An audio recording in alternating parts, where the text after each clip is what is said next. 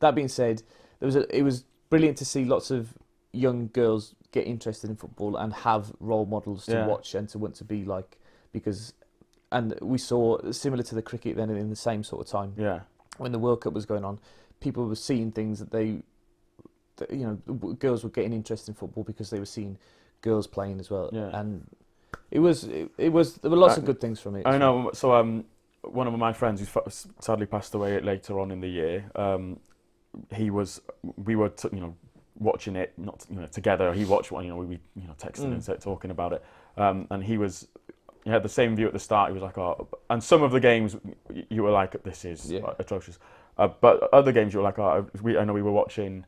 Last night we watched the Big Fat Quiz of the Year, and obviously there was the USA, the semi-final. I think that was one of the most watched things of the year, and all the around that. But obviously VAR was used in that, and obviously there's the controversy. Was it, who were they playing? Was it? I think it was in the Cameroon. Was it Cameroon? Yeah, the Cameroon game. We went. That was what I was going to say. Whereas kicked off.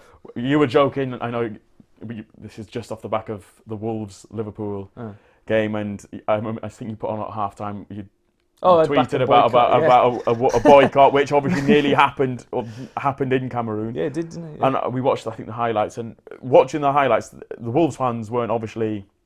Wolves players weren't happy, but it wasn't got to that extent. But it will.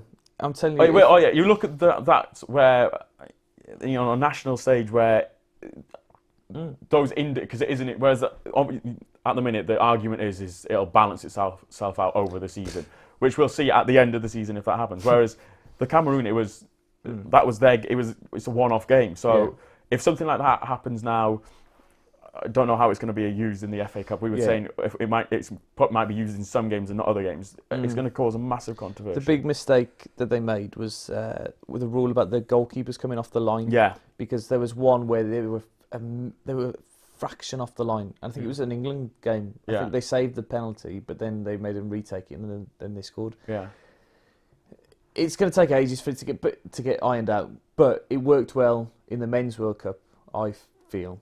Because there was no offsides from memory that were marginal. They weren't as bad as... Remember that rolling line? I think they had it in the FA Cup last year. And the League Cup, where it was like rolling like that. And then the referee would go over to the screen and look at it, and it would take a second to look at it and think, he's offside, or he's offside. I know we've been speaking a lot about it, and not otherwise we'll just digress onto another VAR rant, which I know you enjoy doing. But moving on, so the question I've got, what month are we on now? We're on June still, aren't we? That also happened in June was, where did Andy Ruiz Jr. inflict a shock defeat on Anthony Joshua? It was in Madison Square Gardens in New York. In New York, yeah. Because that was supposed to be Anthony Joshua's big reveal it for America, and he cocked it up, didn't he? Yeah. Obviously later... Who was he supposed to fight? Because he wasn't supposed to fight Ruiz, was he? Was it Wilder? Was it Wilder? I can't remember. I think it was...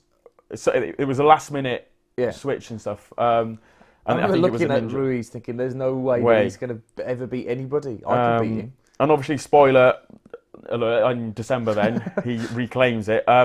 What did you think of the whole... we spoke about it, I think, in a previous podcast, but with Ruiz, obviously then later on in the year, putting on so much weight and Joshua... Well, I can't blame him, to be honest. He's just a normal bloke. Yeah. And his purse went up from something like £80,000 to 13 million across 3 fights. He's set now